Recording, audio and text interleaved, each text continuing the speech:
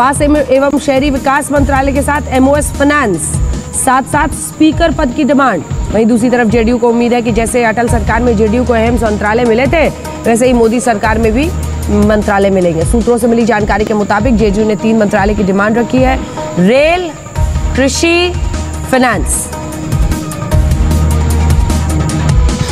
केंद्र सरकार में एक लंबे समय बाद और सीधे किंग मेकर की भूमिका, ये लम्हा जेडीयू के लिए कैसा है?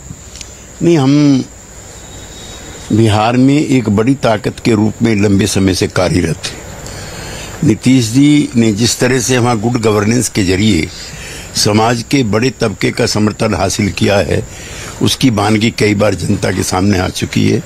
खासतौर से महिलाओं का सशक्तिकरण, उनकी महिलाओं का सभी विभागों में आरक्षण और समाज के जो वंचित समाज के लोग हैं उनकी व्यापक हिस्सेदारी। बिहार में भी हम लोगों ने जन आधार एनडीए का बढ़ाया है और अभी विषम परिस्थितियों में भी उन्हें एक बार हम एनडीए के मजबूत हिस्सेदार के रूप में उभर करके आए हैं। जाहिर है प्रसन्नता का विषय। ये खबर तो हम सब चला रहे हैं कि अलग अलग जो पार्टियां हैं वो अलग अलग मांगे रख रही हैं मंत्रालयों को लेके। मैं आपसे ये नहीं कहूंगा कि आप ये बताएं किस मंत्रालयों पर चर्चा हो रही है, लेकिन ये जरूर देश जानना चाहेगा कि वो कौन से विभाग हैं जो चाहती है कि जेडीयू उसे मिले ताकि वो बेहतर काम डिलीवरी दे पाए अपने पुराने अनुभव को देखते हुए। देखिए, पुराने अनुभव तो अटल जी के समय में रक्षा मंत्रालय, उड्डयन मंत्रालय, रेल मंत्रालय, डाकघर और ये अपना कम्युनिकेशन मंत्रालय सभी जनता दल यूनाइटेड के पास थे। लेकिन समय और परिस्थितियां बदली हुई हैं। बेसिकली हम लोग विलेज ओरिएंटेड पार्टीज हैं। बिहार के विभाजन के बाद जो दुर्गति बिहार की हुई थी और लालू जी के समय की बैड गवर्नेंस, उसको लेकर वहाँ की इकोनॉमी खराब थी, उसको पटरी पर लाने का हमने प्रयास किया। लेकिन विभाजन के बाद वहाँ का ढांचा चरमरा गया, सभी संसाधन चले गए झारखंड में। तो हम लंबे समय से लगभग 20 वर्षों से हम मांग कर रहे हैं कि अगर बिहार से पलायन रोकना है तो वहाँ पर विशेष राज्य का दर्जा उसको दिया जाना चाहिए। और ऐसे कौन से मंत्रालय होंगे जो आपको लगता है बिहार के लिए मददगार होंगे अगर जेडीयू के हिस्से में आते हैं? नहीं, वो प्रधानमंत्री का प्रेरोगेटिव है, ना कोई हमारी जिद है, ना कोई हमारी शर्त है। बिहार के विकास के लिए नीतीश जी और मोदी जी जो बेहतर समझेंगे वो हमको स्वीकार्य होगा। इसे कहते हैं राजनीति। और केसी त्यागी इसके बड़े मंझे हुए खिलाड़ी हैं, पुराने नेता हैं, इमरजेंसी के वक्त से जेडीयू के बड़े नेता हैं और दिल्ली में रहते हैं। दिलचस्प आपने देखा होगा, गृह मंत्रालय छोड़कर लगभग सभी बड़े मंत्रालयों का नाम ले लिया और अंत में कह दिया नहीं हमारी कोई जिद नहीं है, हम कुछ ज्यादा नहीं मांग रहे हैं। वांचू मिश्रा और रोहित सिंह हमारे 2 सहयोगी इस वक्त इसी खबर पर हमारे साथ जुड़ रहे हैं। रोहित, पटना से बताइए असल खबर कि आखिर नीतीश बाबू के मन में क्या चल रहा है। बहुत सारी मीम्स चल रही हैं कि नीतीश सत्ता में तो आते हैं, समझ में नहीं आते हैं।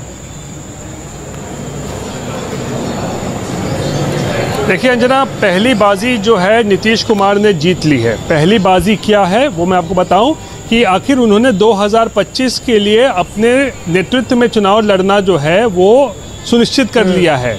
जिस तरीके का परफॉर्मेंस जेडीयू का रहा है और जिस तरीके की उनकी ज़रूरत हो गई है, किंग मेकर बन चुके हैं, मोदी सरकार अगर बननी है, एनडीए सरकार बननी है, तो अब बीजेपी पूरी तरीके से बैकफुट पर आ चुकी है बिहार में। जो बीजेपी अभी फ्रंट फुट पर लग रहा था, खेल रही है चुनाव के नतीजों से पहले, पूरी तरीके से बैकफुट पर। और आज लगातार बीजेपी के कई नेताओं ने, दोनों उप मुख्यमंत्रियों ने ऐलान कर दिया कि 2025 का जो चुनाव होने वाला है बिहार विधानसभा का, वो नीतीश कुमार के नेतृत्व में ही लड़ा जाएगा। यानी कि जो नीतीश कुमार चाहते थे आखिरकार वो हो चुका है। पहली बाजी जो है नीतीश कुमार ने जीत ली है। अब बची दूसरी बाजी, और वो ये कि उन्हें मंत्रालय क्या क्या मिलता है, कितने कैबिनेट बर्थ मिलते हैं। और देख लीजिए, पिछले बार भी जब वो उनको शामिल किया जाना था जेडीयू को, तो सरकार की तरफ से उनको एक ही मंत्री पद जो है वो दिया जा रहा था। लेकिन नीतीश कुमार की मांग थी कि 2 मंत्री पद दिए जाएं। वो चाहते थे कि 2 मिल जाएगा तो उनको एकोमोडेट कर पाएंगे अपने दोनों करीबियों को। लेकिन ऐसा नहीं हो पाया, तो सरकार में में भी शामिल नहीं हुए थे उस समय, 2019 की मैं बात कर रहा हूँ। बाद में आरसीपी सिंह जो हैं वो शामिल हुए थे। तो इस बार जैसा संख्या बल है उसके आधार पर मुझे लगता है 3 सीट की मांग जो है, कैबिनेट बर्थ की मांग नीतीश कुमार कर सकते हैं। अब इसमें से किसको किसको भेजा जाएगा, बहुत सारे नाम की चर्चा है। ललन सिंह के नाम की चर्चा है, संजय झा के नाम की चर्चा है, लेकिन ये दोनों को कि सवर्ण जाति से आते हैं तो एक बैकवर्ड का भी नाम है। रामनाथ ठाकुर का नाम चल रहा है कि उनको भी जो है मंत्रिमंडल में जगह दी जा सकती है। तो ये तमाम अभी कयासबाजी चल रही है, लेकिन नीतीश कुमार ने बिहार के लिए कम से कम कह सकते हैं, क्योंकि किंग मेकर की भूमिका में इस बार आ गए हैं, तो ये सुनिश्चित कर लिया है कि बीजेपी एक बार फिर से छोटे भाई की भूमिका में धकेल दी गई है बिहार में, और नीतीश कुमार ही एक कह सकते हैं ना, बिहार में नीतीश कुमार है, तो वो बात बिल्कुल स्पष्ट अब हो रही है। अंजना। बिल्कुल हिमांशु, यहाँ से क्या खबर है? बीजेपी, कुछ आज दिन में ये खबर आई कि बीजेपी झुकेगी नहीं, और दूसरी तरफ अगर हम देखें तो ये लोग भी अड़े हुए हैं। और आपने सुना ही केसी त्यागी को, उन्होंने अंत में ही कहा कि नहीं हमारी कोई जिद नहीं है, लेकिन गृह मंत्रालय और 1-2 बड़े मंत्रालय छोड़कर सब नाम ले लिया, रक्षा मंत्रालय से लेकर सड़क परिवहन और रेल मंत्रालय। देखिए, बिल्कुल इस चीज में कोई दो राय नहीं है कि केसी त्यागी ने जो है अच्छे ढंग से अपनी पार्टी का व्यू भी रखा, और उन्होंने कहा कि प्रधानमंत्री का प्रोरोगेटिव है कि वो किसको कौन सा विभाग देते हैं, हमारी कोई मांग नहीं है, हमको मंत्रालय चाहिए लेकिन हमारी मांग नहीं है। केसी त्यागी बाखूबी जो है अपनी पार्टी का पक्ष तो रख दिया, लेकिन उन्होंने ये रखते हुए बता भी दिया कि उनको क्या क्या चाहिए।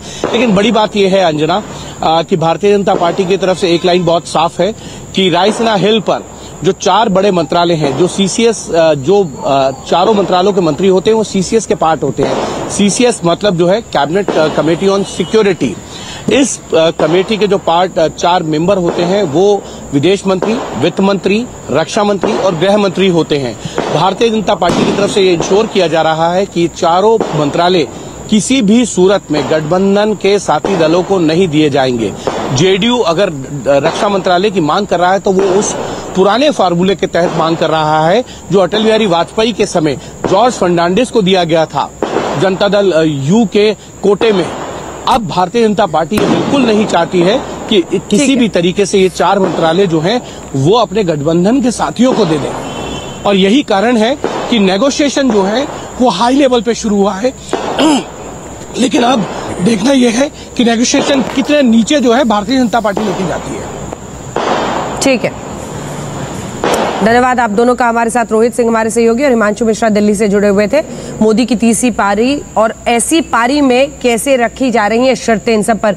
लेकिन बात नीतीश कुमार की जरा होनी चाहिए। कई बार लोग उन्हें रूल आउट कर देते हैं पॉलिटिक्स में कि अब उनके ढलान का वक्त है, लेकिन वो हमेशा बाउंस बैक करके कुछ ना कुछ ऐसी स्थिति में पहुंच जाते हैं कि सब आश्चर्य से देखते रह जाते हैं। और इस बार इसीलिए सोशल मीडिया पर नीतीश कुमार के बारे में बहुत सारी मीम्स चल रही हैं। सत्ता में आता हूं, समझ में नहीं आता हूं, बार बार पलटी मारने वाले नीतीश कुमार के हाथ पूरी बाजी अब लग गई है।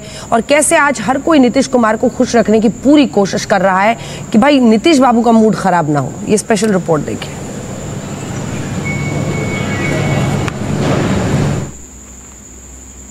ये रिपोर्ट के अलावा आपको एक बार जरा ये भी दिखा देते हैं कि नीतीश कुमार कैसे किंग मेकर की भूमिका में बन गए हैं। सोशल मीडिया से लेकर हर जगह उनकी चर्चा हो रही है। लेकिन इसी के साथ साथ अगर आप देखें तो बड़े पैमाने पर, चाहे वो 16 सीटें टीडीपी की हो, 12 सीटें नीतीश कुमार की हो, ये 28 जरूरी है अगर गठबंधन की सरकार बननी है। नीतीश कुमार कभी इधर चलते हैं, कभी उधर जाते हैं। यही वजह है कि नीतीश कुमार कब क्या करेंगे इसकी भविष्यवाणी कोई नहीं कर सकता।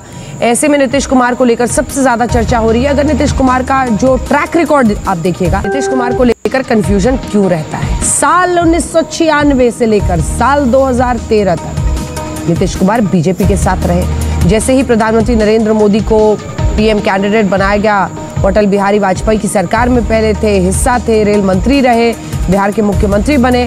2013 में जब पीएम कैंडिडेट बनाया गया, चेहरा बनाया गया नरेंद्र मोदी को, तो नीतीश एनडीए से अलग हो गए और 2 साल तक किसी गठबंधन का हिस्सा नहीं।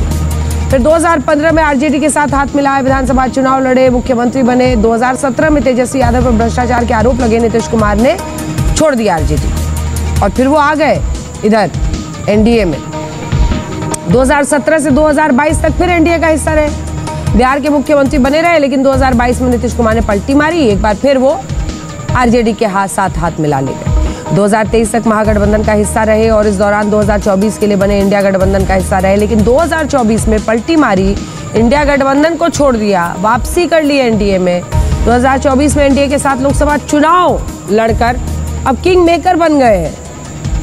गजब, मतलब इनकी राजनीतिक भूमिका और जिस तरह का इनका पूरा राजनीतिक करियर रहा है, उस पर एक अलग से थीसिस लिखी जा सकती है कि कोई कैसे लोकसभा चुनाव से लेकर विधानसभा चुनाव में अपनी पार्टी की